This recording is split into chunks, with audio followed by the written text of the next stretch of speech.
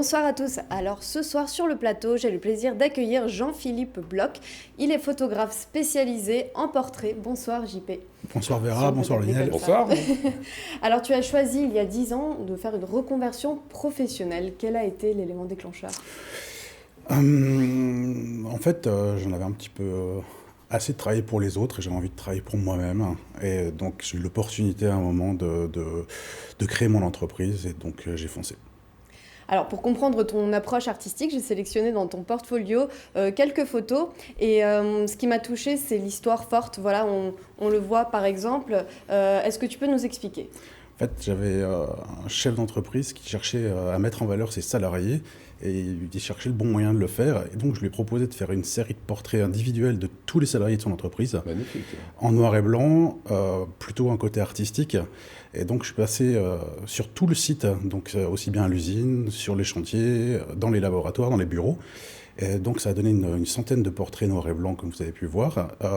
Une petite sélection a été présentée pendant la journée porte ouverte de l'entreprise. Et il a été remis après à chaque salarié au moment des fêtes de Noël leur portrait sur tirage d'art. Ouais, parce qu'elles sont très classe, très jolies. On te connaît surtout dans la région pour tes photos également de personnalité. Alors qu'est-ce qui change de faire un shooting avec une personne connue ? Est-ce que c'est un challenge supplémentaire ? Comment ça se gère ? Alors le premier challenge, c'est d'arriver à booker la personne. Ah oui, question de timing. Le plus dur en fait, c'est surtout avec les filles d'Alsace 20, je ne sais pas si vous connaissez. Ah, c'est une petite blonde. Vera Bossiac, Delphine Vespizer, je ne sais pas. Non, plus sérieusement, en fait, le premier challenge, il y a une petite pression parce que la pression du résultat, il faut que le résultat soit bien et conforme. Bon, ça se gère. Et le deuxième challenge, en fait, c'est plutôt de faire accepter son regard à la personne. De l'amener dans son univers. Dans ton regard à toi. Ouais, c'est ça. Le regard du photographe. D'accord. Tu t'occupes notamment du calendrier également de Delphine Vespizer. On va découvrir là dans quelques instants les photos en exclusivité du prochain. En 2 mots, comment est-ce qu'on peut le résumer ? Alors ouais, j'ai la chance d'avoir pu coordonner en fait le shooting déjà, puis la réalisation du calendrier. Et donc cette année, je fais encore la couve du calendrier. Donc je suis content. Donc si je devais le caractériser, je dirais qu'il est pétillant et rafraîchissant. Un peu comme Delphine, quoi. Alors si on peut continuer à voir défiler les autres photos pour vraiment voir le travail de Jean-Philippe. Jean-Philippe, tu aimes également transmettre ta passion, des novices.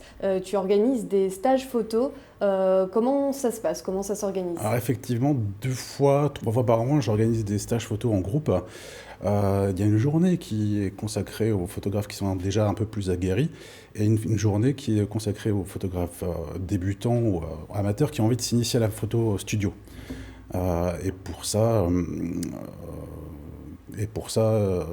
tu les accompagnes. Je les accompagne pendant ces journées. Comment travailler. C'est ça. Magnifique photo de Delphine. Hein. Oui, voilà. Ouais, il y a des très très belles photos. Et est-ce qu'on peut rappeler les dates alors pour les personnes qui voudraient s'inscrire, se renseigner ? Prochaine date, c'est le 7 et 8 décembre et vous pouvez retrouver l'ensemble des informations sur le site internet dédié au stage.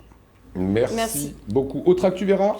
Alors Lionel, en ce moment, c'est la grande tendance en déco des tableaux personnalisés. Alors si vous aimez les étoiles, vous allez adorer The Star Poster parce qu'il propose de créer une carte du ciel avec la position des astres. Alors ça peut être pour marquer un moment fort comme par exemple la naissance d'un enfant, un mariage ou un anniversaire. Il suffit de rentrer un lieu et une date. Ensuite, le site calcule automatiquement. Vous choisissez un modèle et votre message personnel et ça donne une carte unique. Je vous montre la mienne. Elle est un petit peu imposante, mais en tout cas, voilà, ça fait des jolis triptyques. C'est super sympa. Avec une naissance le 16 août 2019. Voilà, les infos personnalisées sont en bas. À 12h24. Et on termine avec votre coup de cœur. Alors, l'automne, c'est souvent synonyme de déprime, hein, on est tous d'accord. Et j'ai un remède magique. Regardez. Mufasa, you know we finally here, right? Ouais, oui. It's Friday then, it's Saturday, Sunday, what? It's Friday then, it's Saturday, Sunday, what? It's Friday again, it's Saturday, Sunday.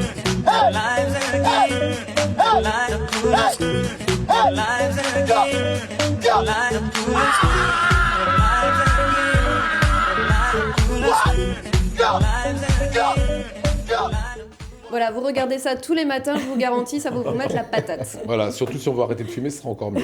C'est ça. Voilà, merci beaucoup Vera.